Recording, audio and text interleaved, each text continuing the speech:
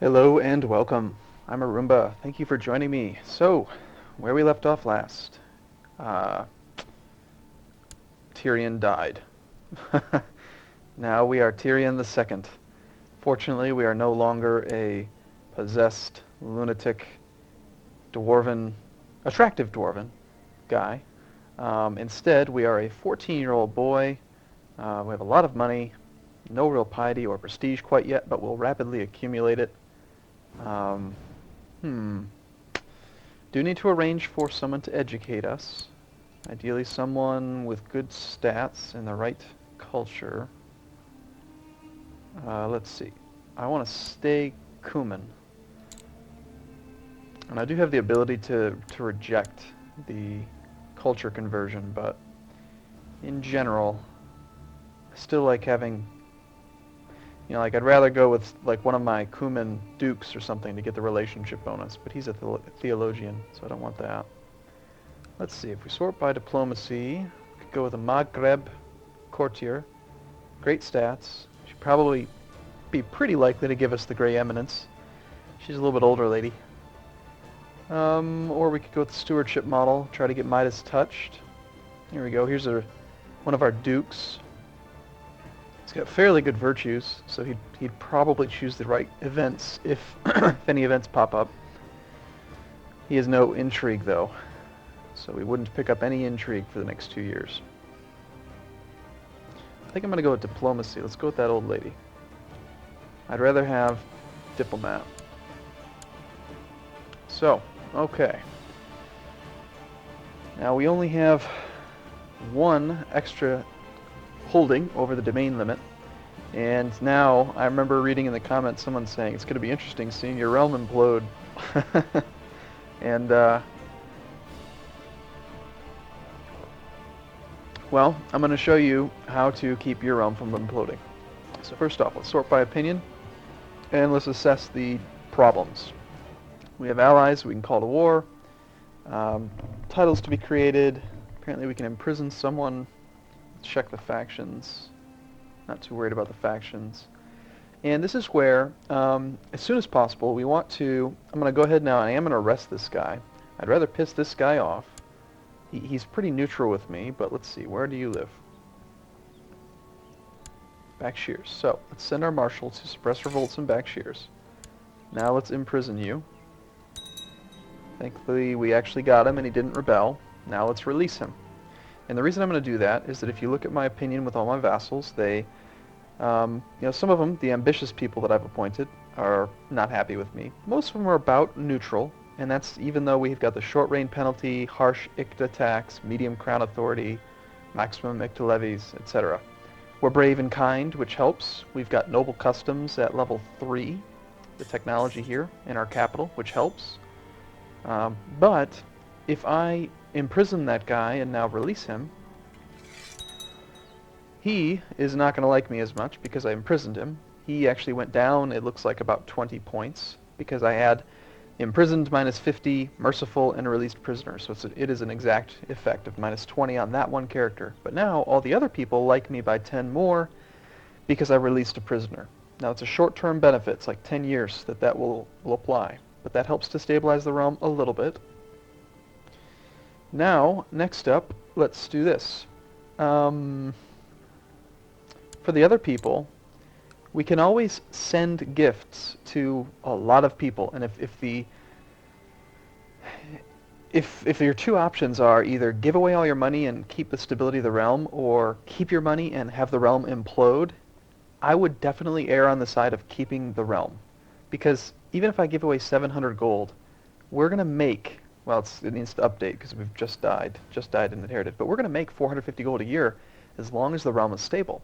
So money is a very transient thing. It's okay to spend it on things that you don't necessarily want to. Plus, the other benefit to doing it is that, let's say I do bribe this count, for instance. Well, it's not wasted money. If I give this guy 30 gold, he'll then have about 140. And when he's looking at his single county here, he's going to be looking at this, and he's going to say, well, I've got 140 gold. I might as well build let's go ahead and build a castle village. Now he makes more money. Or let's go ahead and build a militia training ground. Now I get more levy. So bribing your vassals is, again, it's a not a bad thing to do. So let's also check our advisors, make sure we've got the right people. We've got a count who's currently the chancellor. I'd rather have the duke as the chancellor. They have the same score, plus he wants to be chancellor anyway, so I can get him up to 19. Again, a count only controls one or a couple counties. This guy has one. This duke is more powerful and therefore more important to me, so I want to make him the chancellor. Plus, that'll also give him the fulfilled ambition modifier, so it brings him up to 48. Let's check our marshal. Got a 13 to 12. Not going to replace this guy. He's just a baron, but I do care about the stats. They're somewhat important. We've got a duke that's already steward, so that's fine. Cannot change the court imam. It's not possible to change him, and we can't change our spy master because he's my regent. So, I don't feel bad right now. I feel like the realm is very stable, so I'm going to go ahead and start playing, and what we need to do is wrap up this other holy war, which will get us some prestige and piety, which will rapidly stabilize the realm, and then we'll even consider raising crown law, because we can. Alright, so looks like the High Chief surrenders. I have some land to give out now. Now, if I needed to, if I absolutely had to, for the sake of the realm, if I had like one very powerful duke that I just couldn't get any relations with, I could give him more land. That might sound counterintuitive because I'm increasing his strength, but not really, because this land is worthless. All it would be doing is giving him relations and stabilizing the realm for the short term. Later on, when the realm was more stable, I could then focus on tearing it down and taking the land back. Fortunately, the land and the realm feel very stable at the moment, so I'm not going to worry about that. Let's just give it out to men not in prison, any marriage. Not ruler, my culture, my religion, sort by stewardship. This guy. Let's go ahead and get out that county.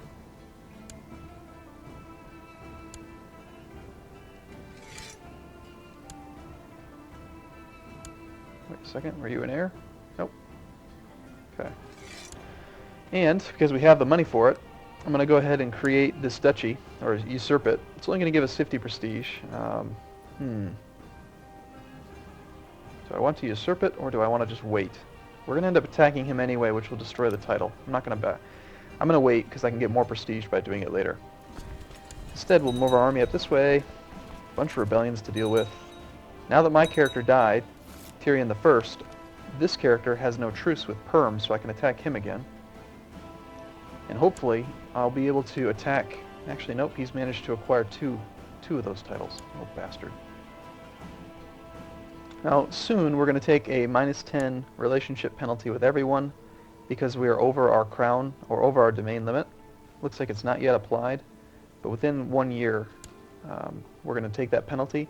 I'm willing to wait 2 years with that penalty because when I turn 16 and I get married, I'm expecting to be able to have 9 holdings again.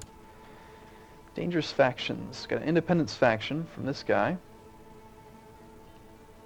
So yeah, so this is where, unfortunately, they're already part of the faction, so bribing them at this point would not get them to leave the faction directly. And even when people like you, they have to be at least positive 80 to not join any factions against you. So instead, we're going to need to focus in on the independence faction. And let's go with this main guy, the guy who started it. Actually, no. Let's look at the realm and see who's most powerful. It is the Chancellor. So let's find out where his primary holding is. Good character. And he owns this here. Apparently he's leading troops, so I'm not gonna,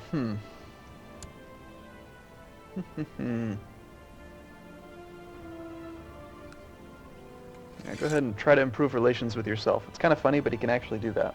So as long as I have him there improving relations with himself, now I can also scheme in that county to try to get him to remove himself from that faction. At 40% plot strength or 43% power, I don't think they're actually going to engage the faction. And even if they did, I have a war chest of 800 gold, so I could hire mercenaries and I'm going to win the war. But I don't want to do that. You know, I don't want to fight my own people. I want stability so that I can attack other people. You know, the bad guys.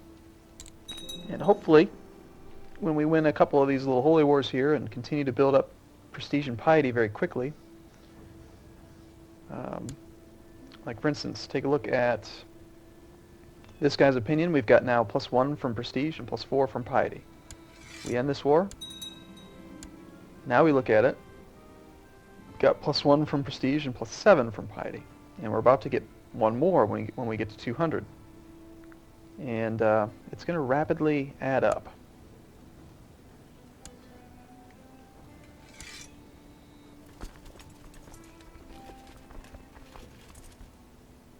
Okay. So currently we have a very small levy. Nothing compared to the overall maximum, because again our vassals do not like me nearly as much as they liked Tyrion the wicked little dwarf.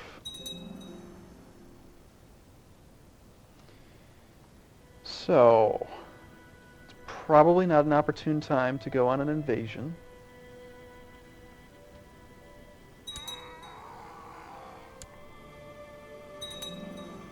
Let's wait until October. See if we can get this guy back, train some military up so we can have a better ratio here. 63% is kind of high, a little frustrating.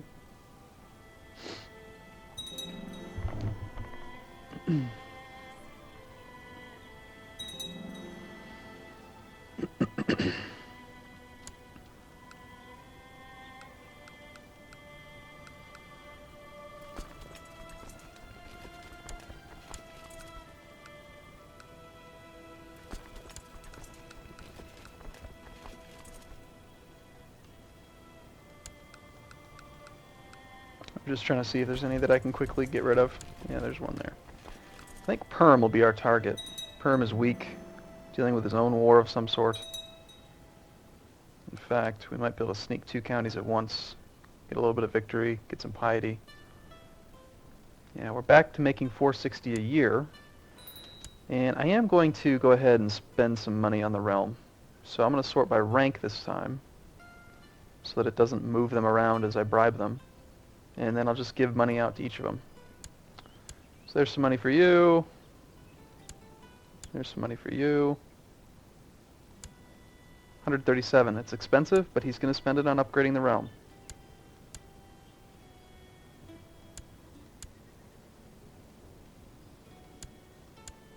And again, I'd rather do this. Oops, I already gave him money apparently. Gave him some extra.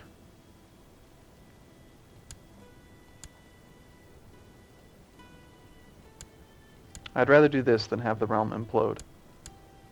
Because essentially I'm just giving them back the taxes that they would have had for themselves if I didn't have maximum ICTA taxes.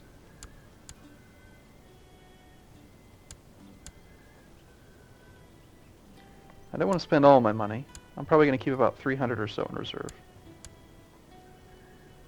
And the reason why it varies is it just depends on their county, their overall annual income, and their rank. The more money they have, the more money they would expect to feel, you know, like you are doing something good for them. So now, what that does is that now if we sort by opinion, we still have quite a few people who don't like us, but we've got more people who are in the +80 range. So these 2 dukes should not join any further plots, and I should be able to get them to leave the factions. But more importantly, because they like me better, when I look at the vassals and my military strength, I'm going to be able to get the maximum army from them, which is going to increase my strength, which then therefore decreases the strength of the factions relative to my strength. So again, it reduces the likelihood of the faction actually engaging in the rebellion. Hopefully that makes sense. I bet it does. Alright, so by now I imagine we definitely have the Demons, yeah, there it is. Domain too big penalty. How much more time do we have until we turn? August 4th, so less than 1 year. In less than 1 year, we'll get a bunch of good things, because when I turn 16, I'm going to be able to go on a Hajj. I'll be able to observe, actually we can observe Ramadan now. Let's do that. It's only 15 gold. We don't get any benefit from the decadence decrease because we're already at 0%. And if I die right now, the game is over, by the way. That's not good. So we definitely need to get lots of very fertile women right when we turn 16.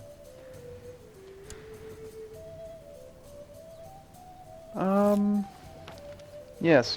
So obligate him to get out of that faction. Currently it's at 38% strength. He's not going to like me for obligating him out, but I don't care. He needs to get out of that faction. Thank you for reminding me of my duties and obligations. You are right, of course. For the foreseeable futures, I promise not to support factions conspiring against you. So he's going to reduce his opinion of me by just 10, because I've obligated him. But he'll leave this faction here, or he will not join any future ones.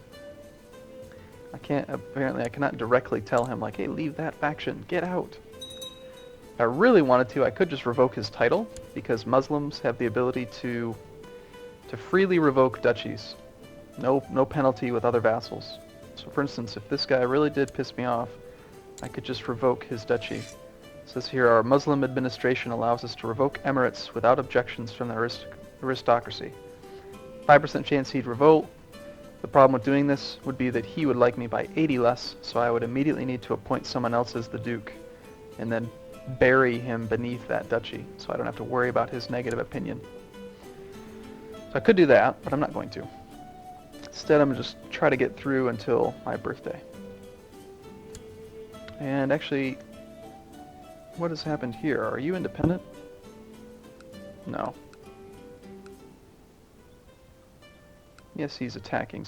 He's attacking. Okay. Let's do this. We're going to do a very quick claim, do a conquest of Perm, and we'll declare war on this guy even though he is rebelling, just in case there's a chance we might be able to sneak up both of them. And let's make sure we don't run across any territory here.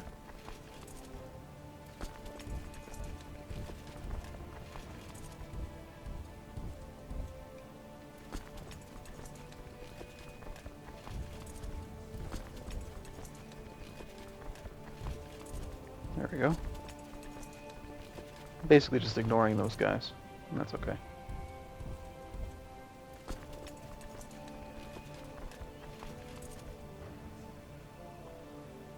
Alright. Ideally we want to go on Shelyabi first, because I want to win that war before he surrenders so that we can get 2 territories at once.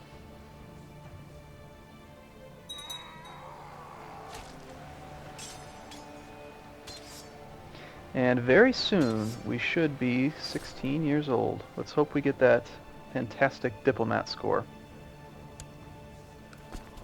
That would be very useful.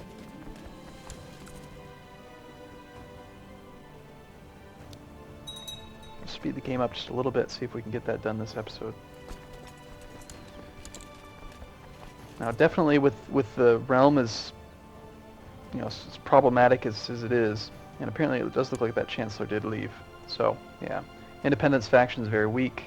Crown Authority has some strength, but not much. We're looking very stable now, especially after we go on our Hajj. So yeah. I think I'm going to wrap up this war, these 2 wars, go on our Hajj. I always get compliments for my fair skin, my silken hair, and my big eyes. They tell me I am beautiful, and I should be proud. Apparently this lady's gonna worry about me. Okay. Sounds good. Whatever. But, yes, I was saying... Okay, we've just turned. What did we get? What did we get? Cross your fingers. A misguided warrior. Oh, shoot.